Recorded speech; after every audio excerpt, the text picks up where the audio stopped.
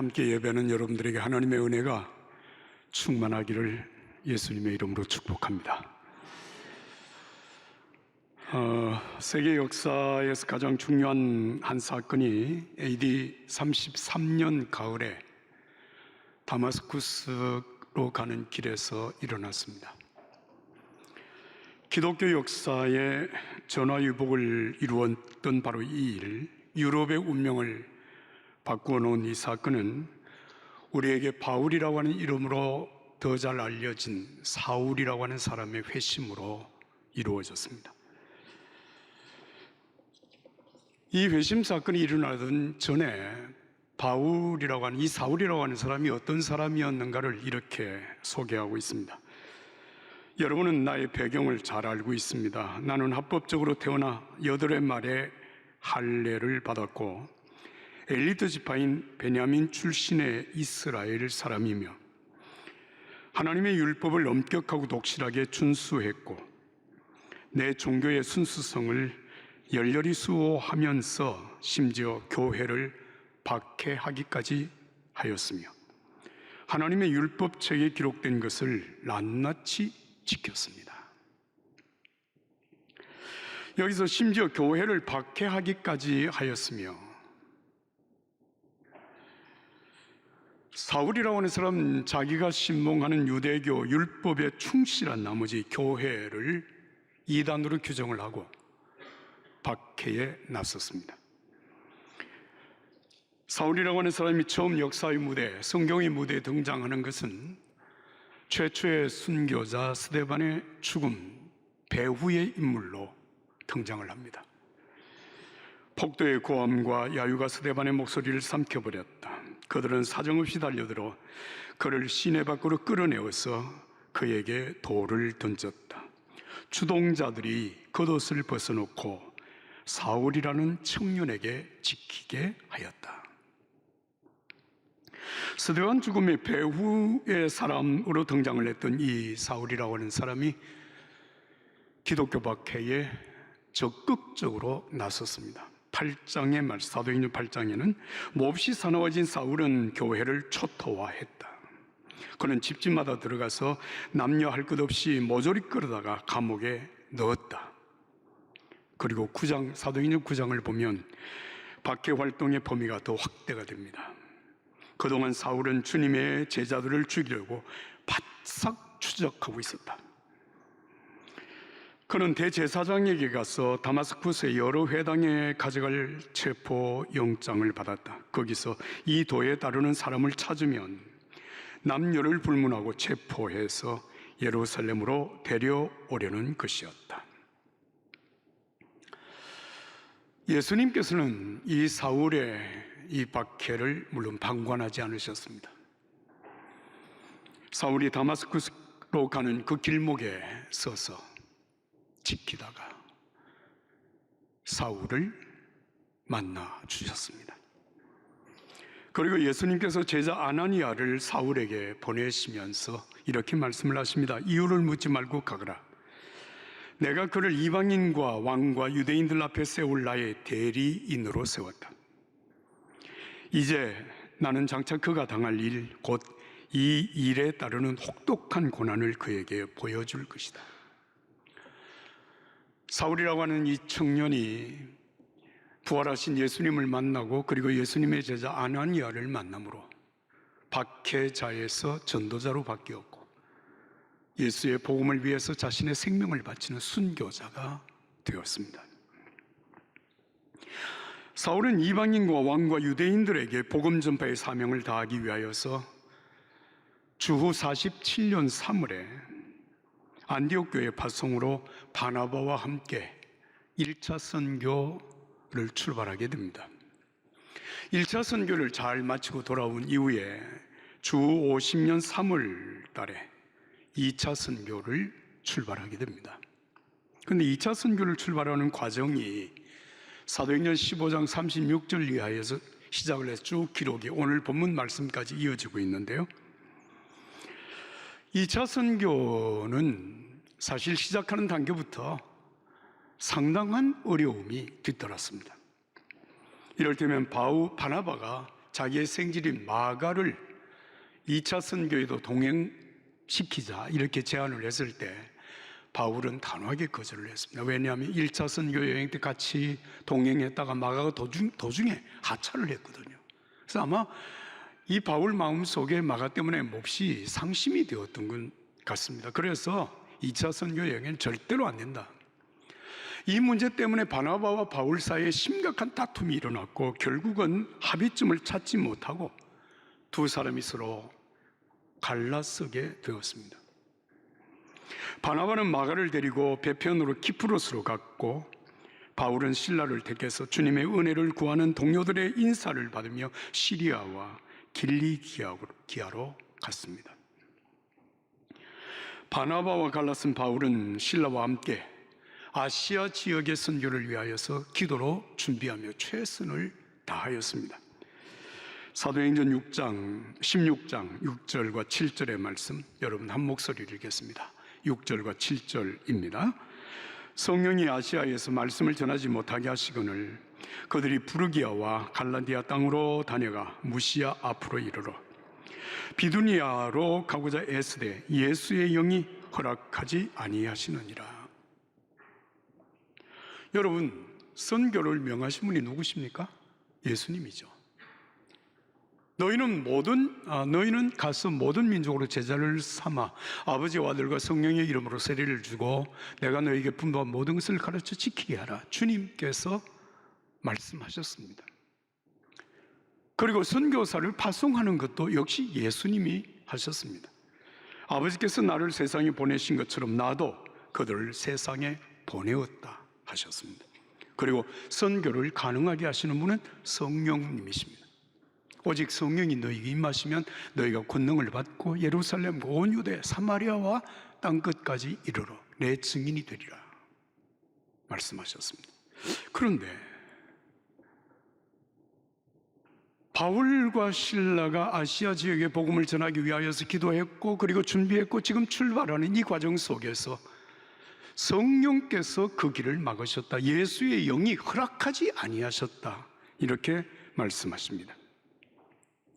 주후 50년 3월부터 시작을 해서 여름이 되기까지 계속해서 선교의 길이 막혀서 어찌할 바를 알지 못하고 여기저기 선교의 길을 찾아 헤매고 있는 바울의 일행을 우리가 여기서 보고 있습니다. 참으로 이해하기 어려운 점이 일어난 것이죠.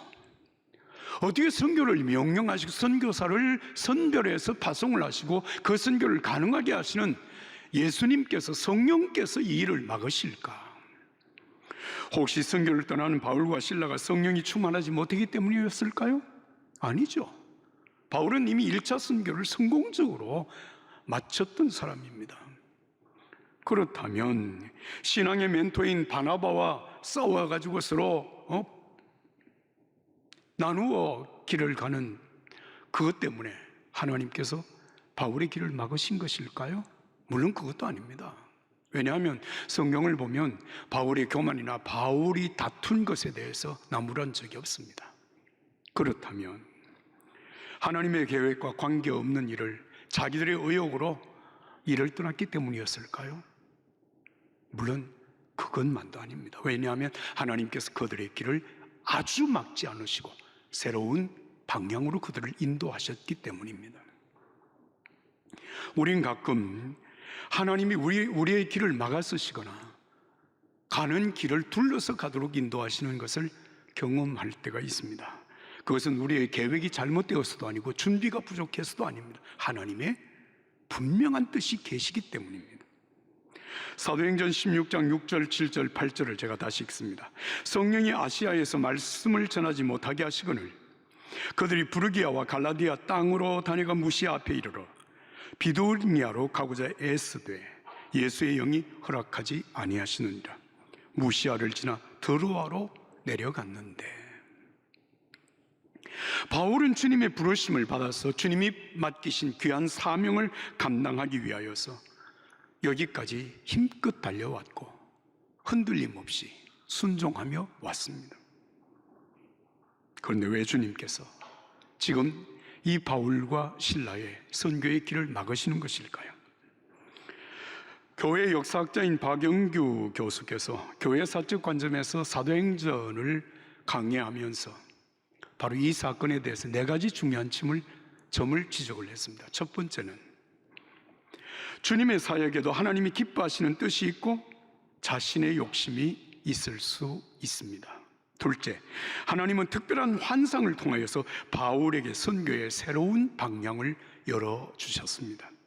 셋째, 선교는 선교사가 하는 것이 아니라 성령께서 주도해서 하시는 것입니다. 넷째, 바울은 자신의 선한 계획을 고집하지 아니하고 성령의 인도하심에 순종하였습니다. 그런데 저는 여기에 한 가지 더 우리가 생각해야 될 중요한 사실이 있음을 보았습니다. 바울 일행이 아시아로 가서 복음을 전하든 아니면 성령께서 인도하시는 새로운 지역 마게도니아, 다시 말하면 유럽 지역으로 가서 복음을 전하든, 여러분 복음을 전하는 일이 방해를 받아야 될 이유는 없잖아요. 그런데 왜 성령께서 바울과 신라의 선교의 길을 막으신 것일까요? 여기에 결정적인 중요한 한 가지 이유가 있습니다. 그것은 하나님께서 바울을 사랑하셨기 때문입니다. 여러분 이런 생각을 하죠. 아니, 사랑하시는 하나님의 사람이 하나님이 기뻐하시는 일을 하려고 하는데 왜 하나님이 막으시면서 그것을 사랑이라고 말을 하는 것일까? 여러분 그런 생각이 들지 않습니까? 그런데 여기 중요한 이유가 있습니다. 하나님께서 바울과 신라를 사랑하셨기 때문에 그를 끝까지 성령의 인도하심을 받고 끝까지 주님의 역사하심을 따라서 순종하는 하나님의 사람으로 만드시기를 원하셨습니다. 이게 무슨 말인가 하면요, 여러분 혹시 일중독이라고 하는 말을 들어본 적 있습니까? 일중독자. 사람이 일중독자가 되어지면 일을 성취하는 데 최고의 가치관을 둡니다. 여러분 이 일중독자가 되어지면 자기 자신보다 일을, 내 가정보다 일을, 주변의 사람들보다 일을 더 소중하게 여기고 살아가게 됩니다. 이렇게 되다 보면 일에 몰두한 나머지 내 영혼을 돌보는 일이나 내 가정을, 내 건강을 살피는 일이나 가정과 자녀를 돌보는 일, 그리고 이웃을 돌보는 일을 여러분 도외시할 수가 있습니다. 이 일은 성취할지 모르지만 그 일 때문에 결국은 모든 것을 잃어버리는 비극을 경험할 수 있습니다. 바울 사도는 고린도전서 9장 26절과 27절에서 이 사실을 분명하게 말씀하였습니다.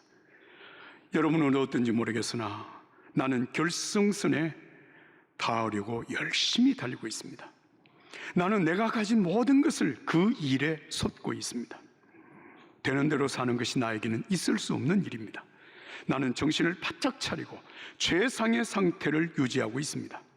이는 방심하다가 허를 찔리는 일이 없게 하려는 것입니다.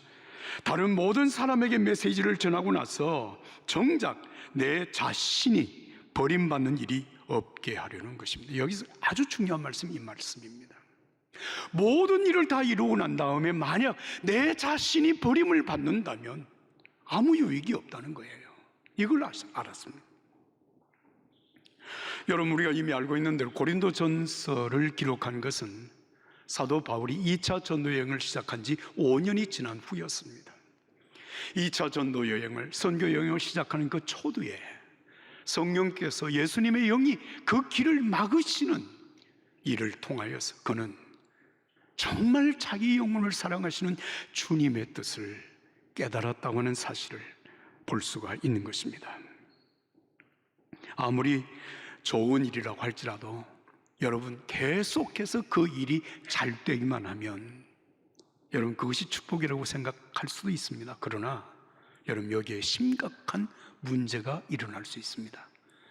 내가 계획하는 일은 다 하나님이 기뻐하시는 일이야. 내가 하는 일은 안 되는 게 없어. 하나님도 분명히 도와주실 거야. 여러분, 사람이 이쯤 되면 내 생각은 하나님의 생각이고 내가 하는 일은 하나님의 뜻이야, 이렇게 생각을 하게 되어지고요.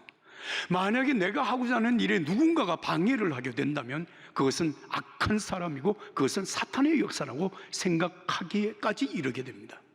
사람이 이렇게 되어지면 여러분, 걷잡을 수 없는 문제가 생깁니다. 교만이 하늘까지 이르게 되죠. 결국 그 일 때문에 하나님께 버림을 받게 됩니다.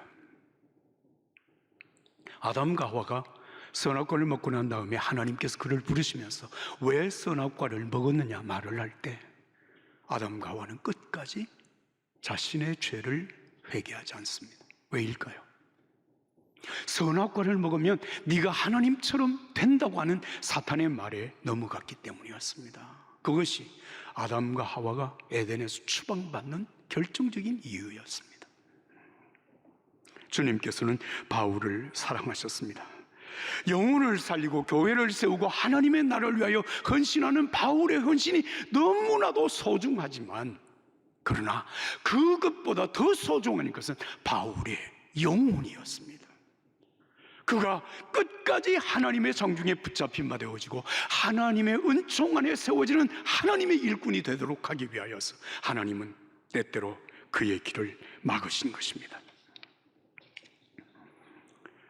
선교의 방향을 바꾸도록 이끄시기도 하셨고, 육체에 찌르는 가시를 주어서 고통 속에 하나님 앞에 엎드려 기도하게도 하셨으며, 복음을 전하는 곳마다 적대자들이 일어나서 그의 복음 전도를 방해하는 그 상황 속에서 기도하며 그 상황을 이겨내기도 하셨습니다. 그러나 이 모든 어려움 속에서 바울은 선한 계획을 막으시는 하나님 앞에 엎드려서 불평도 원망도 포기도 하지 아니하고 끝까지 주님을 바라보고 믿음으로 나아갔습니다. 끝까지 하나님 앞에 쓰임받는 신실한 하나님의 사람이 된 것입니다. 고린도후서 12장 7절에 10절의 말씀은 사도 바울은 이런 사실에 대해서 위대한 신앙을 고백합니다. 받은 계시들이 엄청나고 또 내가 우쭐거려서는 안 되겠기에 주님께서는 나에게 장례를 선물로 주셔서 늘 나의 한계를 절감하도록 하셨습니다. 사탄의 하수인이 나를 넘어뜨리려고 전력을 다했고 실제로 내 무릎을 꿇게 하였습니다. 그래서 내가 교만하게 다닐 위험이 없게 한 것입니다. 처음에는 나는 장애를 선물로 여기지 못하고 그것을 없애달라고 하나님 앞에 간구했습니다. 3번이나 그렇게 했는데 하나님께서는 이렇게 말씀하셨습니다. 내 은혜가 내게 족하다. 내게 필요한 것은 그것이 전부다.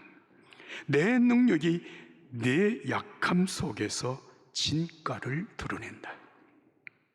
나는 그 말씀을 듣자마자 이렇게 된 것을 기쁘게 받아들였습니다. 더 이상 장애에 집착하지 아니하고 장애를 선물로 여기며 감사하기 시작했습니다.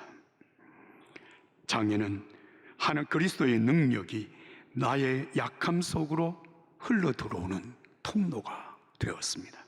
그리하여 나는 약하면 약할수록 점점 더 강하게 되었습니다. 할렐루야, 할렐루야. 여러분, 장애가 어려운 내 자신의 삶의 현실이 나를 좌절시키고 포기시키고 실패하게 만드는 것이 아니라 하나님의 은혜의 통로가 되게 하셨고 하나님 앞에 끝까지 쓰임받는 사랑받는 주의 종이 되게 하셨다라고 하는 고백입니다. 나는 이 고백이 오늘 저와 여러분들의 신앙 고백이 되기를 예수님의 이름으로 축복합니다. 하나님은 한 문을 닫으시면 반드시 다른 한 문을 여십니다. 다만 닫힌 문 앞에서 우리가 불평하거나 원망하거나 좌절하거나 포기하지 아니하고 하나님 앞에 엎드려 기도하고 하나님께 시선을 고정하고 하나님의 인도하심을 바라는 사람들은 반드시 하나님께서 열어두신 새로운 길을 발견하게 하시는 좋으신 하나님이십니다. 그렇습니다. 하나님은 우리를 통하여서 영광 받기를 원하십니다. 잠깐 쓰시다가 버리는 존재가 아니라 끝까지 하나님의 정중에 붙들고 쓰시면서 우리를 통해 하나님의 뜻 이루시고 영광 이루시기를 원하시는 주님이, 이 주님의 은혜가 여러분들에게 함께 하기를 예수님 이름으로 축복합니다. 우리는 이 일의 중요성을 알았기 때문에 지난 1년 동안 정말 끊임없이 기도하여 왔습니다. 자원하신 기도의 봉헌자들이 1221명, 정말 이 일을 위하여서 매주 1시간씩, 여러분 지난 50주간 동안 기도한 시간을 합산을 하면 약 6만 1천 시간 정도를 기도로 봉헌하였습니다. 뿐만 아니라 모일 때마다 기도하였고 개인적으로 수시로 기도한 시간들을 전부 합산을 하면 그 시간이 얼마가 되는지 감히 계산할 수 없을 만큼 기도로 하나님 앞에 봉헌한 것입니다. 무엇보다 저는 우리 교회 중보 기도자들이 하나님 앞에 기도로 봉헌한 6만여 시간의 기도를 하나님께서 받아주신 줄로 믿습니다. 주님께서 준비하신 바로 그 한 분을 우리 교회에 보내주실 줄로 확신합니다. 캠벨 선교사의 순교적 헌신으로 시작하여 지난 122년 동안 하나님의 은혜와 사랑 가운데 오늘에 이르게 된 종교교회, 예수님이 십자가의 핏값으로 사신 주님의 몸된 종교교회, 눈물로 기도하며 땀으로 헌신하며 생명을 바쳐 섬겨온 우리 믿음의 선배들과 오늘 살아오는 성도님들의 이 헌신이 오늘 종교교회를 결코 헛되게 하지 아니할 줄로 믿습니다. 때를 따라 하나님께서 귀한 종들을 세우셔서 교회와 시대를 향해서 하나님의 말씀을 선포해온 우리 종교교회입니다. 예수님 재림하실 때까지 교회를 교회답게 하시고 교회를 통하여 영광을 받으시고 한국교회 모범으로 세워주실 우리 주님을 찬양합니다. 우리가 드린 기도에 응답하시고 우리의 기도에 응답을 따라 성령께서 이끄신 그분, 오늘 우리는 만약 믿음으로 우리가 그분을 받아들이고 선택한다면 종교교회를 통하여서 하나님께서 이루어 가실 위대한 역사를 반드시 보게 하실 줄로 믿습니다. 은혜가 우리 모두에게 함께 하기를 예수님의 이름으로 축복합니다. 축복합니다. 축복합니다.